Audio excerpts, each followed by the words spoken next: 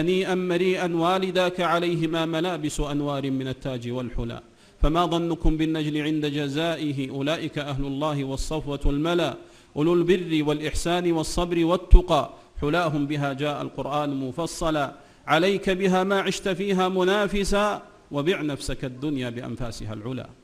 ويقول الإمام ابن الجزري رحمه الله تعالى: وبعد فالإنسان ليس يشرف إلا بما يحفظه ويعرف، لذاك كان حامل القرآن أشراف الأمة أولي الإحسان، وإنهم في الناس أهل الله وإن ربنا بهم يباهي، وقال في القرآن عنهم وكفى بأنه أورثه من اصطفى، وهو في الأخرى شافع مشفع فيه وقوله عليه يسمع، يعطى به الملك مع الخلد إذا توجه تاج الكرامة كذا، يقرى ويرقى درج الجنان وأبواه منه يكسيان، فليحرص السعيد في تحصيله ولا يمل قط من ترتيله، وليجتهد فيه وفي تصحيحه على الذي نقل من صحيحه.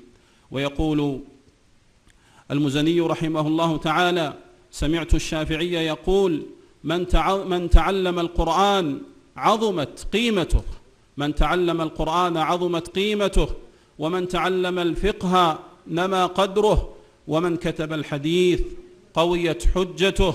ومن تعلم العربية رق طبعه، ومن تعلم الحساب جزل رأيه، ومن لم يصن نفسه لم ينفعه علمه. يقول النبي عليه الصلاة والسلام: اقرأوا القرآن فإنه يأتي يوم القيامة شفيعا لأصحابه، اقرأوا الزهراوين البقرة وسورة آل عمران فإنهما يأتيان يوم القيامة كأنهما غمامتان أو غيايتان، أو كأنهما فرقان من طير صواف تحاجان عن أصحابهما. اقرأوا البقرة فإن أخذها بركة وتركها حسرة ولا تستطيعها البطلة.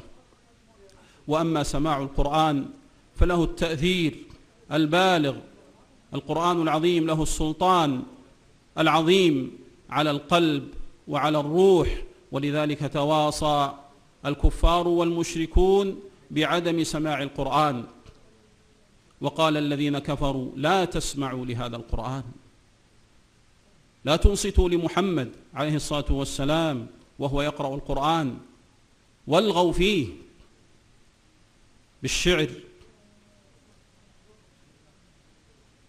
والقول الباطل لعلكم تغلبون، أي لعلكم تغلبون محمدا عليه الصلاة والسلام. فعلينا جميعا أن نتعبد الله عز وجل بسماع القرآن العظيم، والمستمع شريك للقارئ، شريك له في الأجر إذا أخلص النية لله سبحانه وتعالى، واستمع بنية خالصة بقصد التفكر والتدبر والاتعاظ والازدجار بكتاب الله عز وجل. أيها الإخوة في الله، إننا في المملكة العربية السعودية، بلاد الحرمين الشريفين، مأرز الإيمان وموطن السنة، نعيش والحمد لله في نعمة عظيمة تحت قيادة مسلمة تدين في الحكم لكتاب الله وسنة رسوله صلى الله عليه وسلم، وترعى حلق التحفيظ، وترعى المسابقات القرآنية. فعلينا جميعا أن نشكر الله عز وجل على هذه النعمة، وأن نصون نعمة الأمن ونعمة الوحدة، وحدة الناس على هذه الولاية المسلمة التي تدين بكتاب الله وسنة رسوله صلى الله عليه وسلم. علينا جميعا أن نتعاون في الدفاع عنها، وفي إظهار محاسنها، وفي النصيحة لولاة أمرها بالكلمة الطيبة الصادقة وبالأسلوب الحسن الذي ليس فيه تهييج ولا إثارة ولا تشهير، وإنما بالنصيحة الطيبة والقنوات الرسمية والنصيحة التي تنفع ولا تضر. علينا جميعا أن نكون رجال أمن نحافظ على أمننا وعلى وحدتنا وعلى استقرارنا وعلى وطننا.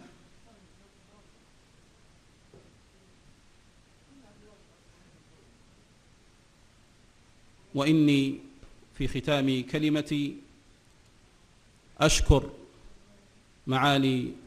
شيخنا معالي وزير العدل رئيس مجلس القضاء الأعلى الشيخ الدكتور محمد بن عبد الكريم العيسى، الذي حقيقة هو سيد الكلمة وصاحب الكلمة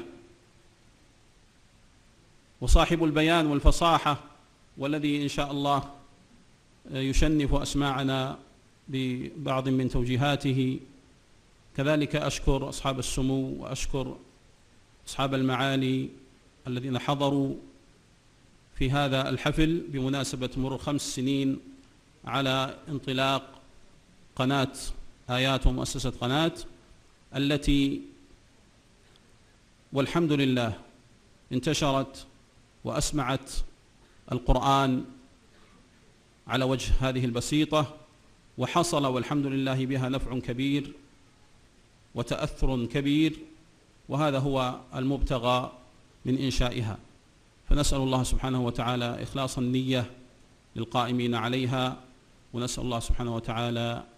أن يجعل القرآن العظيم ربيع قلوبنا ونور صدورنا وجلاء أحزاننا وذهاب همومنا وغمومنا وسائقنا ودليلنا إلى جناته جنات الخلود. ونسأل الله سبحانه وتعالى أن يديم علينا أمننا وعزنا واستقرارنا ورخاءنا، وأن يقينا شر الأشرار وكيد الفجار وشر طوارق الليل والنهار، إنه جواد كريم. والحمد لله رب العالمين، وصلى الله وسلم وبارك على نبينا محمد وعلى آله وصحبه أجمعين.